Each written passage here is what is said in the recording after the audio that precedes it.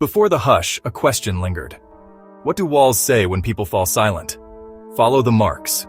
Find a hidden heartbeat. Los Angeles, between emptiness and eruption. Los Angeles stretched out under a pale, vast sky. Its boulevards, usually rivers of light and motion, felt wide and strangely silent. Along these long roads, storefronts that once hummed with life stood vacant. Their windows were dark eyes staring out at the quiet streets. Metal roll-down gates, once a sign of a day's end, now seemed a permanent fixture, a symbol of a city holding its breath. The usual symphony of traffic conversation and commerce had faded into a low, uncertain hum, leaving an unsettling stillness in its place. This quiet was a heavy blanket, covering the vibrancy that so many had come to this city to find. The landscape began to change in subtle, then obvious ways. On the blank surfaces of these closed-down shops and forgotten alleyways, a new language appeared. It started with small, quick tags.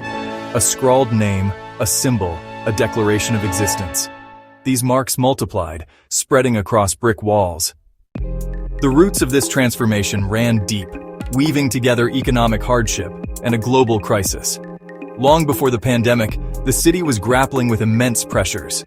The cost of living had soared, pushing families and small businesses to their breaking points. Economic shifts left many workers behind, creating a widening gap between the prosperous and the struggling. Then, the virus arrived, and the fragile threads holding many lives together snapped. The mandated closures, necessary for public health, acted as a final, devastating blow. Small restaurants, beloved bookshops, neighborhood barbers went dark. The heart of local commerce stopped beating. People felt this loss in deeply personal ways. In this vacuum of activity and hope, the graffiti flourished. It became an outlet, a defiant "I am here" scrawled on the architecture of indifference. Just as despair began to feel permanent, a different kind of response began to bloom. It started small, with individuals and small groups who refused to let the grayness win.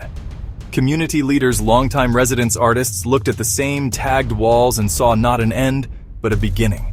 They saw a blank canvas. The response was not to simply erase the graffiti, but to transform it. The idea was simple yet powerful, to answer the language of despair with the language of creation. Artists who once painted for galleries or commissions now turned their attention to the streets, offering their skills to heal their own neighborhoods. The movement gained momentum through collaboration. Local hardware stores donated paint. If this story resonates, please like, subscribe, and poke the notification bell.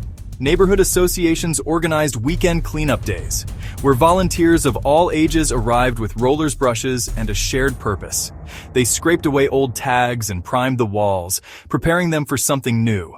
These projects became more than just public art. They were acts of collective care, a way for the community to reclaim its own narrative and visually state that it had not given up. Behind every transformed wall was a human story of renewal. There was the restaurant owner who, after months of closure, felt his hope dwindling. When a group of artists offered to paint a mural on his boarded-up facade, he was skeptical. He watched them work, weaving images of his family's recipes into a beautiful design, and something shifted. The mural became a promise of reopening a beacon to his former customers. When he finally reopened for takeout, then there was the young tagger who had been covering walls with his crew's name. He saw it as a way to gain respect in a world that offered him few paths. A community organizer approached him with an offer. Join a mural project, get paid, learn from a professional artist. He discovered he had a real talent for large-scale composition and color theory. The project gave him more than a paycheck. It gave him a mentor, a new skill, and a different kind of respect. His signature was now part of a celebrated work of art. Artists, too, found new purpose. They were no longer just decorating spaces. They were helping to mend the social fabric. She realized her art could be a bridge between generations, preserving memory and honoring the foundations of the community and shared creation. In every brushstroke, Los Angeles remembered itself. Color, care, community. More stories are coming. Walk with us as this city keeps creating. Please like, subscribe, and poke the notification bell. It really helps us share more stories.